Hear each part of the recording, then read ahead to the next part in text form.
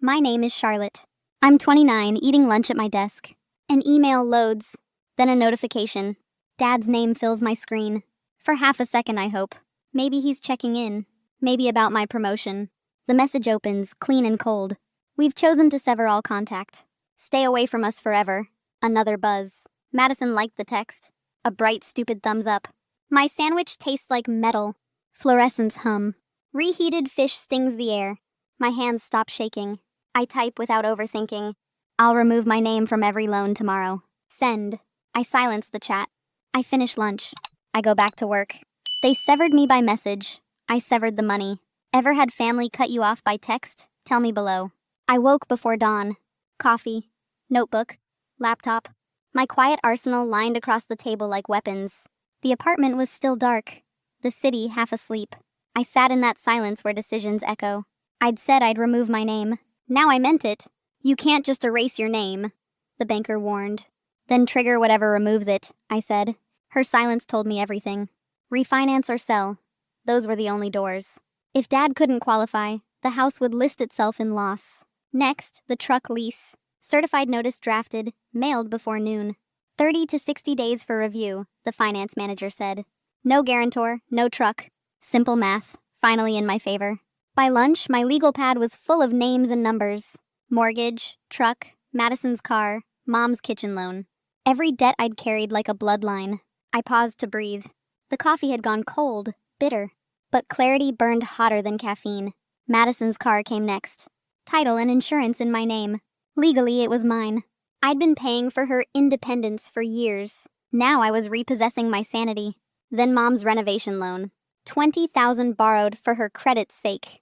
3 payments made, then excuses. I paused the rest. Let collections call me, not control me. The list looked brutal in ink. Every signature a scar I was finally suturing closed.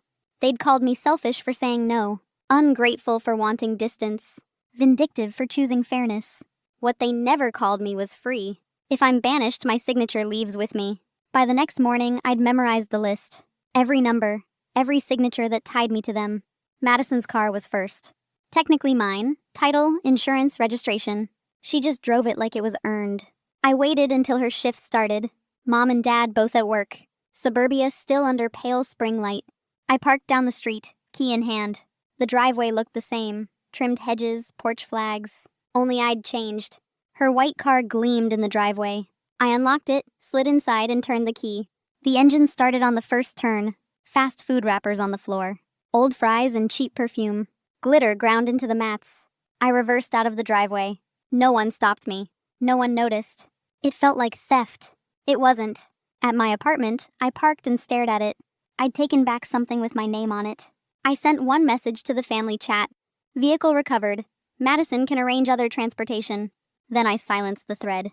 By the time I returned from my workout, my phone flooded. Hundreds of messages, missed calls, voicemails. Mom crying. Dad furious. Madison raging through text bubbles.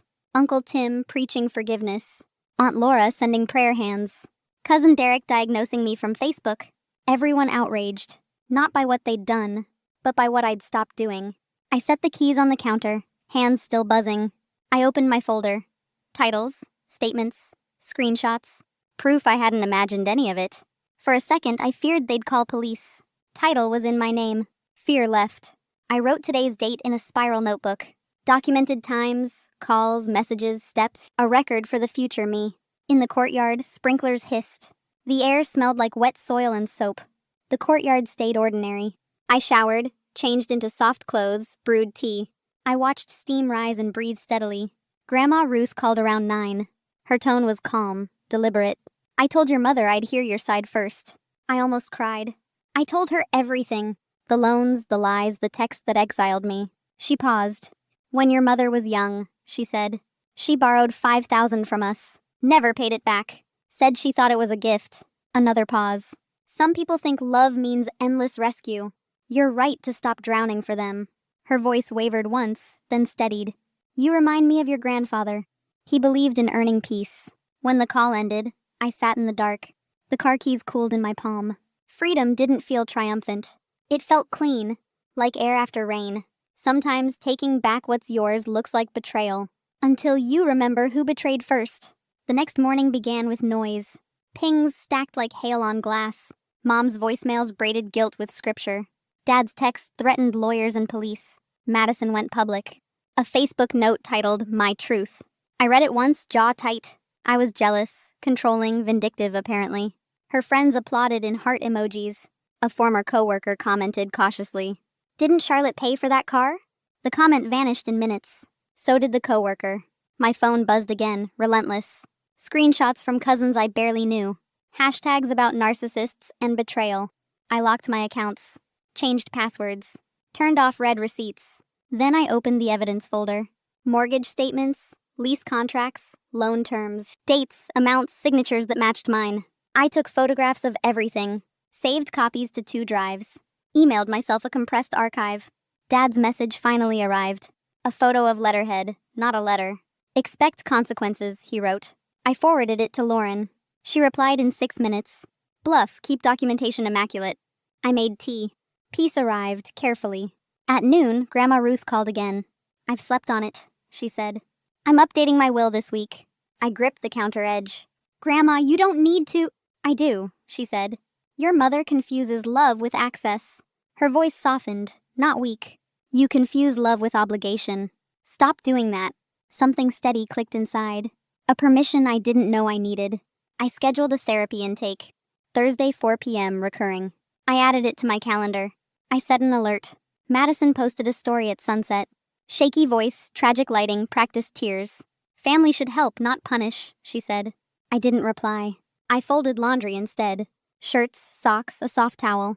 The door buzzer startled me. A courier, small envelope, my name. Inside, a typed demand. "Return the vehicle immediately."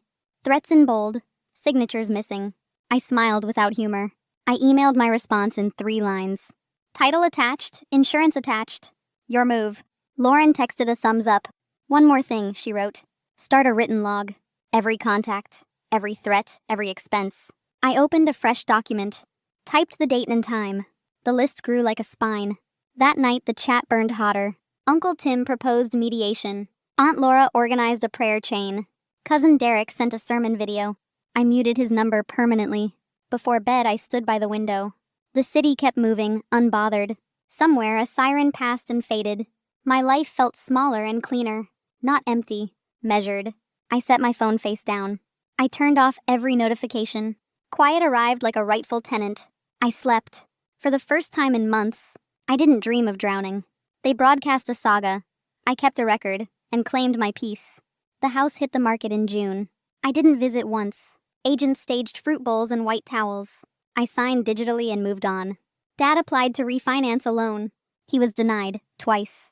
The lender emailed the next steps. Sale required. Timeline attached. I forwarded it to my lawyer. An offer arrived after 6 showings. Good school district. Clean inspection. Closing in 30 days. At the signing, I kept my camera off. Wire confirmation landed that afternoon. After the mortgage and fees, equity remained. My portion, $20,000. I saved the receipt. Dad texted one line. "You're a vulture." I archived it for records. The truck lease resolved itself. Dealership demanded a new guarantor or return. He found a coworker willing to co-sign. I mailed my release letter anyway. File updated, liability removed. Madison's car stayed in my spot. I changed the insurance and plates. Maintenance on schedule, finally. No glitter on the mats. Mom's kitchen loan kept humming in my head. $20,000 borrowed in my name. 3 payments from her, then silence. I stopped paying last winter. The score dipped. 60 points. I let it. Collections called 6 months later. Balance swollen with fees. 13,000, they said. I negotiated a settlement. 5,000, single payment, deletion in writing. They agreed. I paid and filed the letter. My totals were simple. 9,000 already paid. 5,000 to settle. 14 on 20. A wound closed with a scar. Work noticed the shift. I stayed late for deliverables, not disasters. I mentored the new hires. My manager scheduled a one-on-one. "You've stepped up," she said. "Clients ask for you by name. Promotion in 3 months. Senior title, 15% raise." I rerouted the difference to savings. Madison's posts turned louder, then sadder. Rants about toxic people. Screenshots of devotionals between ads. A former coworker commented again. "Didn't your sister pay for everything?" The comment disappeared. So did the account. I didn't chase narratives online. I kept mine on paper.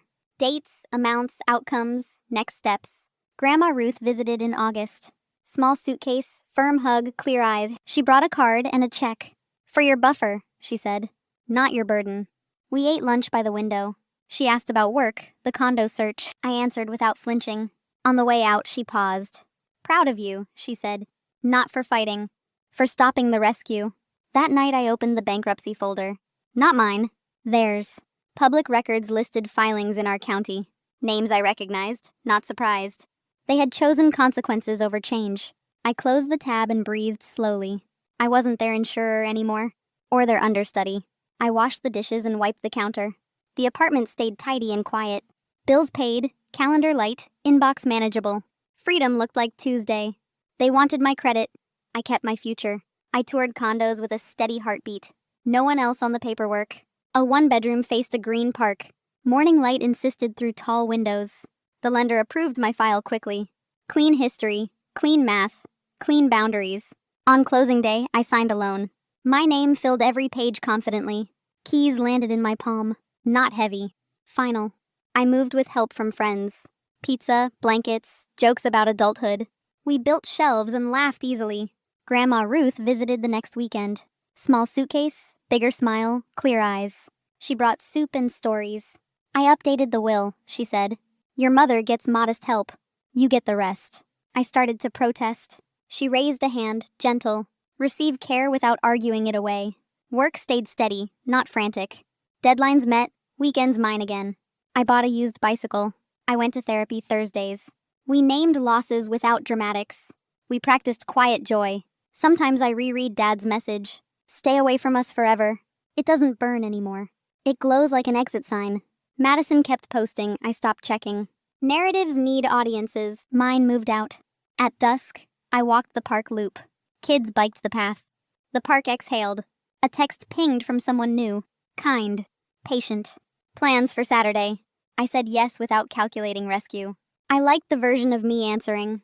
That night I opened the balcony door. City noise braided with summer air. I watered plants that finally lived. Peace wasn't a ceremony. It was a practice. Bills set to autopay. Phone on silent. Locks clicked. Windows open. If you've chosen boundaries over approval, I'm proud of you. Tell me what you kept, and what you finally released. I removed my name from their loans, and from their story.